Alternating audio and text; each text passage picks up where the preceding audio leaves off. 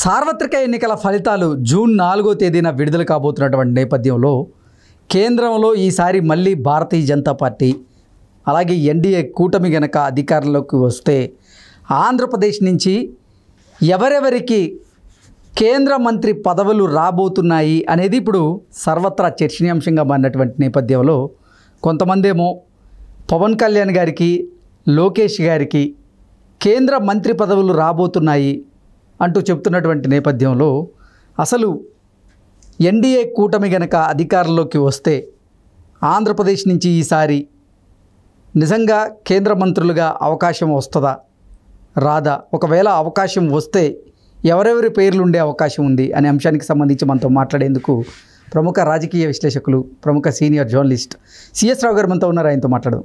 CS రావు గారు hi. Hello, నమస్తే sir. సార్వత్రిక ఎన్నికలకు సంబంధించినటువంటి ఫలితాలు జూన్ 4వ తేదీన విడుదల కాబోతున్నాయి. ఇప్పటికే అన్ని సర్వేలు కూడా కేంద్రంలో మళ్ళీ ఎన్డీఏ ప్రభుత్వమే రాబోతోంది అంటూ చెప్తున్నటువంటి నేపథ్యంలో ఎన్డీఏ కూటమి గనక అధికారంలోకి వస్తే ఆంధ్రప్రదేశ్ నుంచి ఎవరెవరు కేంద్ర క్యాబినెట్లో ఉండే అవకాశం ఉంది అంటే ఏం చెప్తారు? ఇప్పుడు సర్వేల ప్రకారం కేంద్రంలో ఎన్డీఏ మరోసారి అధికారంలో రాబోతుంది అనేది చెప్తున్నారు. సరే, కొన్ని సీట్లు తగ్గినా మళ్ళీ ఎన్డీఏ అవకాశం ఉంది, అక్కడ ఎన్డీఏ రాబోతుంది అనేది చెప్తున్నారు. చాలా సర్వేలు అదే చెప్తున్నాయి. ఆంధ్రప్రదేశ్లో ఎన్డీఏ అధికారంలో రాబోతుంది అది కూడా చెప్తున్నాయి. సో ఇక్కడ అక్కడ డబుల్ ఇంజిన్ సర్కార్ ఏర్పడబోతున్నాయి. అది రాష్ట్రానికి శుభసూచకం అనేది పవన్ కళ్యాణ్, చంద్రబాబు నాయుడు వీళ్ళందరూ చెప్పేటువంటి మాట. బీజేపీ వాళ్ళు ఎలాగో ఆ మాట చెప్తారు. సో డబుల్ ఇంజిన్ సర్కార్ వల్ల లాభం ఉంది, అభివృద్ధి జరుగుతుంది అనేది చాలా కాలం నుంచి చెప్తున్నారు. సర్వేల ప్రకారం డబుల్ ఇంజిన్ సర్కార్ వచ్చే అవకాశం కూడా కనిపిస్తూ ఉంది. ఇలాంటి పరిస్థితుల్లో ఆంధ్రప్రదేశ్లో ఎన్డీఏ కూటమి క్యాబినెట్ ఎలా ఉంటుంది, అలాగే ఢిల్లీలో ఎన్డీఏ కూటమి క్యాబినెట్ ఎలా ఉంటుంది అనే దాని మీద చర్చ జరగడం అనేది సహజం. ఆల్రెడీ రాష్ట్రంలో ఉండేటువంటి క్యాబినెట్ ఎలా ఉంటుంది అనే దాని మీద మనం ఆల్రెడీ ఒక క్లారిటీ ఇచ్చాం. సో కేంద్రంలో ఉండేటువంటి ఎన్డీఏ క్యాబినెట్లో ఆంధ్రప్రదేశ్కి స్థానం ఉంటుందా అనేది. ఇప్పుడు ఆల్రెడీ మనకు 5 సంవత్సరాల నుంచి ఆంధ్రప్రదేశ్కి కేంద్ర క్యాబినెట్లో అవకాశం లేదు కదా. తెలంగాణకు ఉంది కానీ ఆంధ్రప్రదేశ్కి అయితే లేదు. కేంద్ర క్యాబినెట్లో ఎవరికైనా అవకాశం ఇస్తే కనుక కనీసం సొంత ప్రాంతం మీద ఎంతో కొంత అభిమానం ఉంటుంది కాబట్టి ఏదో ఒక ప్రాజెక్ట్ తీసుకొచ్చే అవకాశం ఉంది. లేదంటే అట్లీస్ట్ బైఫర్కేషన్ యాక్ట్లో ఉన్నటువంటి అంశాలు ఏవైతే ఉన్నాయో వాటినైనా తీసుకొచ్చేటువంటి అవకాశం ఉంది.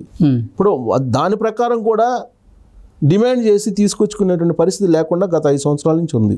22 మంది ఎంపీలని వైఎస్ఆర్ కాంగ్రెస్ పార్టీకి ఇస్తే 2019లో వాళ్ళు ప్రత్యేకంగా ఏమైనా సాధించారా కేంద్ర ప్రభుత్వం నుంచి అని అంటే ఏమీ లేదు. అప్పట్లో 2014 నుంచి 2019 మధ్యలో ఎన్డీఏ ప్రభుత్వం రాష్ట్రంలో అలాగే కేంద్రంలో ఉన్నప్పుడు ఏవైతే కేంద్ర సంస్థలు వచ్చాయో ఆ సంస్థలు మాత్రమే ఉన్నాయి. కొత్తగా ఒక్క సంస్థ కూడా రాలేదు. బైఫర్కేషన్ యాక్ట్ ప్రకారం రావాల్సినటువంటి సంస్థలు ఏవి రాలేదు. అప్పుడు వచ్చినటువంటి ఎయిమ్స్, అప్పుడు వచ్చినటువంటి రైల్వే జోన్లు ఇవే తప్ప కొత్తగా ఏమీ రాలేదు సంస్థలు. దాదాపు 70-80 సంస్థలు అప్పట్లోనే వచ్చినాయి. ఆ తర్వాత ఏమీ రాలేదు, వీళ్ళు ప్రయత్నం కూడా చేయలేదు. అదే కదా వాళ్ళ మీద ఉన్నటువంటి బ్యాడ్ రిమార్క్ కూడా అదే. ఇప్పుడు ప్రత్యేక హోదా అన్నారు. ప్రత్యేక హోదా అనేది ప్రధాన అంశంగా తీసుకుని 2019 ఎన్నికల్లో వెళ్ళి ప్రజల్ని తప్పుదోవ పట్టించి అధికారంలోకి వచ్చారు. తర్వాత ప్రత్యేక హోదా అనేది మర్చిపోయారు. 22 మంది ఎంపీలు రాజ్యసభలో అలాగే లోక్సభలో కలిపితే దాదాపు 30 చిల్లర ఉన్నారు. అయినా కానీ వాళ్ళేమో వాయిస్, ఆంధ్రప్రదేశ్ వాయిస్ ఏమి ఎక్కడ వినిపించలేదు. ఆంధ్రప్రదేశ్ కోసమే అని చెప్పి పోరాడినటువంటి సందర్భాలు 5 సంవత్సరాల్లో ఎక్కడా లేదు. వీళ్ళు లోక్సభలో కానీ రాజ్యసభలో కానీ ఇదిగో మాకు ఇది కావాలి, ఇస్తారా చస్తారా అని పోరాడినటువంటి దాఖలాలు ఒక్కట్లేదు ఇది 5 సంవత్సరాల్లో. కాబట్టి ఈసారి రాష్ట్ర ప్రయోజనాల కోసం పోరాడేటువంటి వాళ్ళైతే కావాలి. సో రాష్ట్ర ప్రజలు కూడా అదే అనుకుంటున్నారు. అందుకే ఈసారి వైఎస్ఆర్ కాంగ్రెస్ పార్టీకి వ్యతిరేకంగా ఓటు వేశారనేది సర్వేలు చెప్తూ ఉన్నాయి. సో జూన్ 4వ తారీఖున అసలు రిజల్ట్ రాబోతున్నాయి. అయితే ఇక్కడ ఒకవేళ కూటమి కనుక అధికారంలోకి వస్తే ఆంధ్రప్రదేశ్లో ఇప్పుడు కూటమిలో ఎవరెవరికి అవకాశం వచ్చే అవకాశం ఉంది కేంద్రంలో మంత్రి పదవుల విషయంలో అనేది. ఇప్పుడు ఆల్రెడీ కూటమిలో జనసేన, తెలుగుదేశం పార్టీ, బీజేపీ ఉన్నాయి. అక్కడ బీజేపీ కూటమి ఏర్పడుతుందిగా. ఎన్డీఏ కూటమి అంటే బీజేపీ కూటమి కేంద్రంలో అధికారంలోకి వస్తుంది. కాబట్టి ఖచ్చితంగా బీజేపీ వాళ్ళకైతే ఖచ్చితంగా ఒకరికి అవకాశం ఉండే ఛాన్సెస్ ఉన్నాయి. ఆ ఒక్కళ్ళు ఎవరంటే క్లియర్గా మనకు స్పష్టంగా తెలిసేటువంటి పేరు ఏంటి? పురంధరేశ్వరి. సో పురంధరేశ్వరి ఖచ్చితంగా కేంద్ర మంత్రివర్గంలో అవకాశం ఉంటుంది. ఎందుకంటే కేంద్ర మంత్రిగా పనిచేశారు గతంలో. UPA 1లో UPA 2లో ఆవిడ కేంద్ర మంత్రిగా పనిచేశారు. ఆవిడ రాష్ట్రానికి కూడా ఆనాడు ఆమె చేయగలిగినంత చేశారు. కేంద్రీయ విద్యాలయాలను తీసుకురావటం కానీ ఇవన్నీ కూడా చేశారు. 2 రాష్ట్రాలకు, అటు ఆంధ్రప్రదేశ్కి ఇటు తెలంగాణకి కూడా. ప్లస్ అనుభవం ఉంది. ప్లస్ బీజేపీ ఏపీ అధ్యక్షురాలుగా ఆవిడ ఉన్నారు. కాబట్టి ఆవిడని కేంద్ర మంత్రిగా తీసుకునే అవకాశం ఉంది నరేంద్ర మోడీ క్యాబినెట్లో. ఒకళ్ళు అయిపోయారు. ఇక ఇంకొక ఛాన్స్, రెండోది కూడా అవకాశం ఉంటుంది. 2 కేంద్ర మంత్రులు అవకాశం ఉంటుంది ఆంధ్రప్రదేశ్కి ఈసారి. ఎందుకంటే తెలంగాణకు కూడా 2 ఇచ్చేటువంటి అవకాశాలు ఉన్నాయి కాబట్టి అక్కడ కూడా 2 ఇస్తారు. సో అక్కడ 2 ఇస్తే తెలుగుదేశం పార్టీ వాళ్ళకి ఇవ్వాలి ఖచ్చితంగా. తెలుగుదేశం పార్టీ వాళ్ళకి ఎవరికి ఇస్తారు? తెలుగుదేశంలో ఉండేటువంటి వాళ్ళు అంటే రామ్మోహన్ 3వ సారి గెలుస్తున్నారు కాబట్టి, గెలిచే అవకాశాలు ఉన్నాయని చెప్తున్నారు కాబట్టి అక్కడ రామ్మోహన్ నాయుడికి ఇచ్చేటువంటి అవకాశం ఉంది. ప్లస్ ఆంధ్రప్రదేశ్ కోసం గళమెత్తినటువంటి ఎంపీల్లో రామ్మోహన్ నాయుడు ఉన్నారు. ప్లస్ 3వ సారి గెలుస్తున్నాడు, ఆయన గెలవబోతున్నాడు రేపు.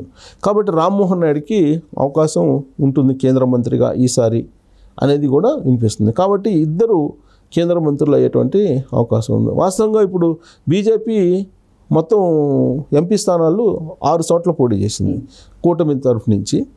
10 స్థానాల్లో అసెంబ్లీలో పోటీ చేసింది. సో 6 ఎంపీల్లో వాళ్ళు ఎంతమంది గెలిచినా కానీ అక్కడ ఇద్దరికి మాత్రమే, ఒకరికి కేంద్ర మంత్రి అవకాశం ఉంటుంది, తెలుగుదేశం పార్టీ తరఫు నుంచి ఒకరికి అవకాశం ఉంటుంది.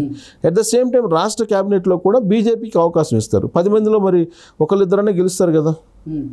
గెలిచిన వాళ్ళల్లో రాష్ట్ర క్యాబినెట్లో కూడా ఒకరికో ఇద్దరికో అవకాశం ఉంటుంది. ఒకరికే ఇస్తారు.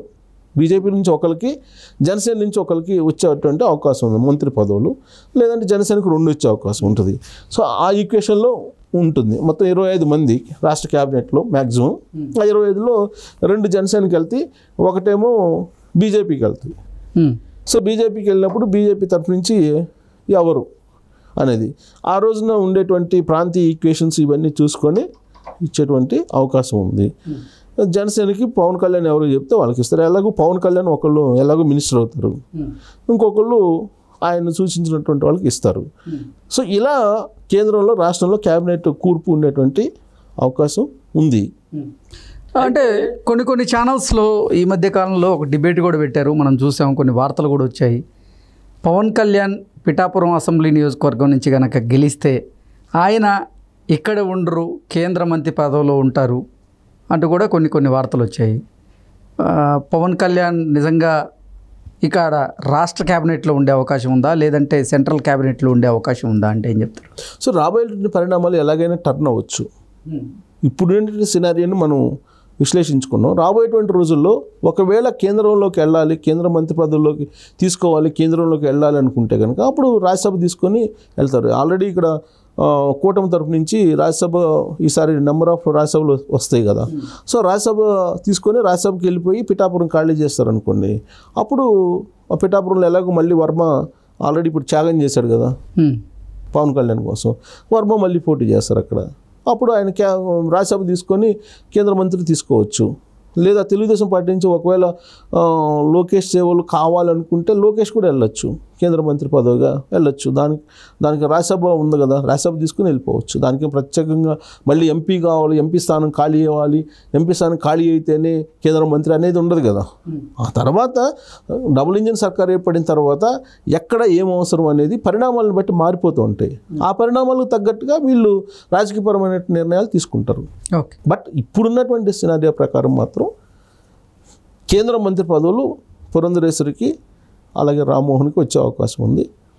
రాష్ట్రంలో ఆల్రెడీ నేను చెప్పాను. సో ఆ ఈక్వేషన్ ప్రకారం డబుల్ ఇంజిన్ సర్కార్ కూర్పులు ఉండే ఛాన్సెస్ ఉన్నాయి క్యాబినెట్లో.